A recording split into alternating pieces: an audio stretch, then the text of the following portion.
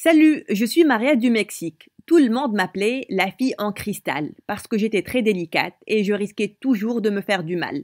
En effet, toute ma vie, j'ai été enveloppée dans une bulle. Mais avant de continuer, n'oubliez pas d'aimer et de vous abonner à mon histoire animée. Une fois quand j'étais petite, je me suis fait mal aux 2 bras et j'ai pleuré vraiment beaucoup. Quand maman m'a vu pleurer et souffrir comme un nouveau-né, elle est devenue folle et elle est devenue encore plus folle depuis. Maria, ne va pas là-bas. Non, Maria, tu sais que tu ne peux pas jouer à la balançoire. Tu ne peux pas faire du vélo.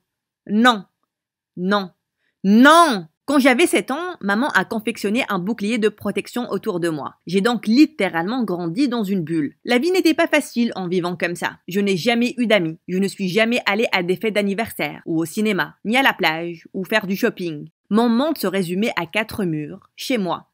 J'ai même eu des cours à la maison. Maman jouait à être ma camarade de classe. Est-ce qu'il y avait quelque chose de plus bizarre que ça? Maria, tu veux qu'on passe la pause ensemble? Maman, tu n'es pas une fillette. Tu es ma mère. Je veux aller à l'école, s'il te plaît. Je t'en supplie. Oh Maria, tu es tellement rigolote. Allons jouer dans la cour. Celle qui arrive en dernier perd. Je déteste ma vie.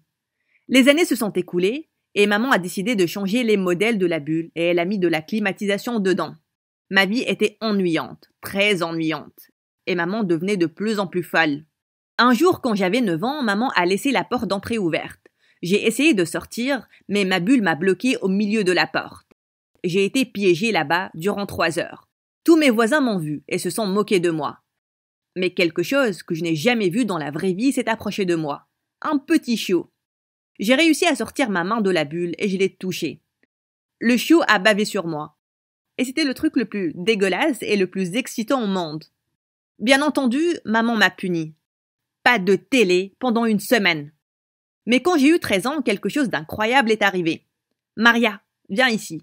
Je veux te présenter quelqu'un. Voici Mario, ton nouvel ami. On s'est salué et maman nous a donné une liste de choses interdites et une autre liste de choses permises.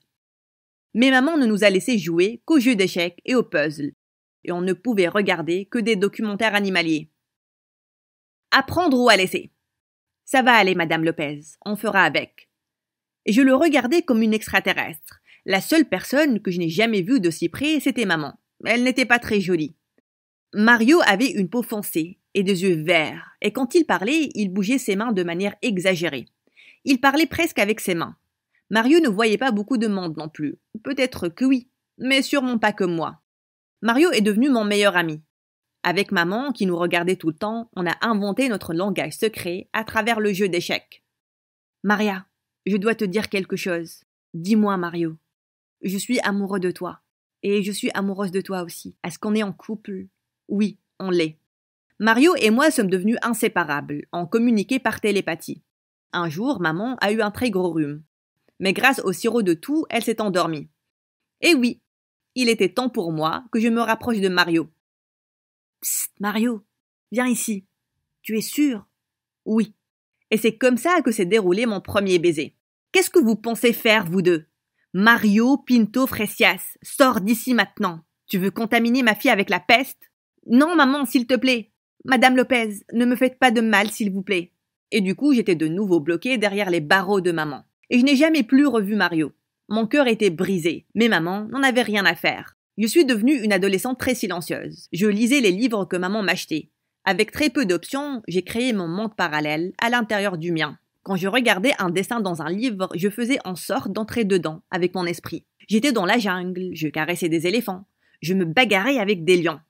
Un autre jour, je volais au-dessus de la lune. J'étais une astronaute et je mettais un drapeau sur Mars. Durant les jours moins rigolos, j'entrais dans une histoire d'horreur et j'en sortais aussi rapidement.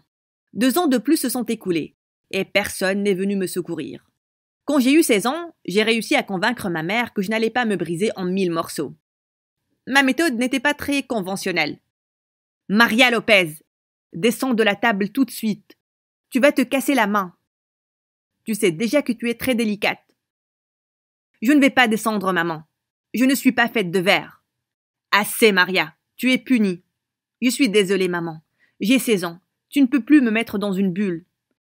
Eh bien, plus de bulle alors. Mais tu vas prendre ces médicaments. C'est quoi ces médicaments? Pas de question. Tu vas les prendre. Ça sonnait mieux que la bulle qui me suffoquait. J'ai donc accepté de prendre ces médicaments. Mais étrangement, j'ai commencé à me sentir faible, pratiquement incapable de sortir du lit. Ces journées-là étaient comme un cauchemar pour moi.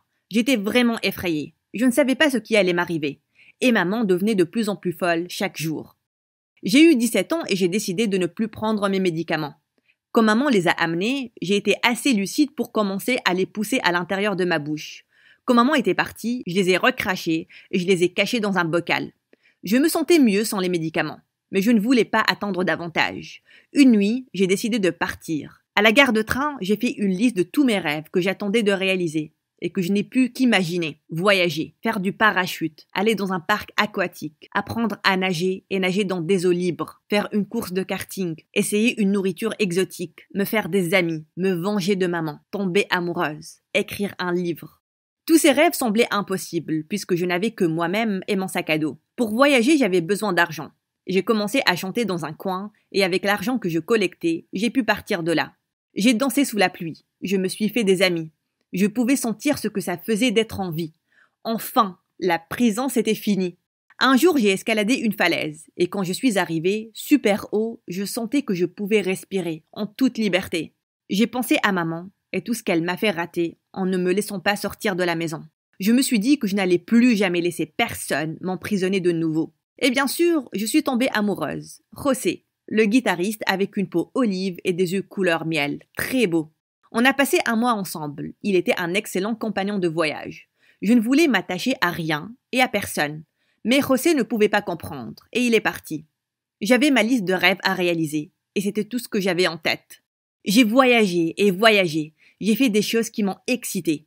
Quand j'ai fait une course de karting, j'ai malheureusement eu un accident. Je me suis fait mal. Ce n'était pas parce que j'étais faite de verre, mais ça arrive simplement quand quelqu'un vit. C'était évident. Mais alors que j'étais inconsciente, ils ont appelé ma mère. Quand j'ai ouvert les yeux pour la première fois après l'accident, je l'ai vue, en gros, sur moi. Je me sentais totalement anéantie. C'était comme si toute la liberté et tout le bonheur que j'ai vécu n'ont jamais existé. Doucement, Maria, ma petite fille, je suis là pour prendre soin de toi. Regarde ce qui t'arrive. Non, maman, je ne veux plus que tu prennes soin de moi. Tu me rends malade. Désolée, Maria. Voici la règle. J'ai ta garde parce que tu ne peux pas prendre soin de toi-même. Tu ne vas pas t'en sortir comme ça. Je pense que les médicaments te rendent un peu confuse. Maman va prendre soin de toi. Reste calme. Et juste comme ça, je pouvais parler au médecin avec la télépathie. Parce que, avec tout le hasard du monde, c'était Mario. Mario, Dieu merci, c'est toi, tu dois me sauver. Bien sûr, Maria, je ne vais plus jamais te laisser partir. Madame, êtes-vous responsable de cette jeune fille? Oui, je suis la seule responsable. Elle est très malade, elle ne peut pas prendre soin d'elle-même. Mario, dis ça à maman, exactement tout ce que je te dis. Très bien. Quelle bonne mère, tellement dévouée. Comme vous le savez, votre fille a une fracture très sévère. On va la faire opérer. Non, je ne vais plus être séparée de ma fille. Je vais aller à la salle d'opération avec elle. S'il vous plaît, prenez un verre d'eau. On a endormi maman avec un sédatif très puissant. On l'a laissée à l'hôpital. Mario a laissé une indication très claire. Cette patiente doit commencer une thérapie psychologique. Et c'est comme ça que je me suis vengée de maman et je suis tombée amoureuse en même temps. J'ai checké les vœux numéro 8 et 9 sur ma liste. Mario a demandé ma main, mais j'ai dit non. Je ne voulais pas encore me marier. On aura tout le temps du monde. Et donc, on a écrit une nouvelle liste de vœux, mais cette fois-ci, ensemble. Vous vous demandez ce qui est arrivé à mon dernier vœu, écrire un livre? Eh bien là, j'écris la dernière phrase de mon livre. Et ceci est mon histoire. Comment la fille en cristal s'est transformée en acier.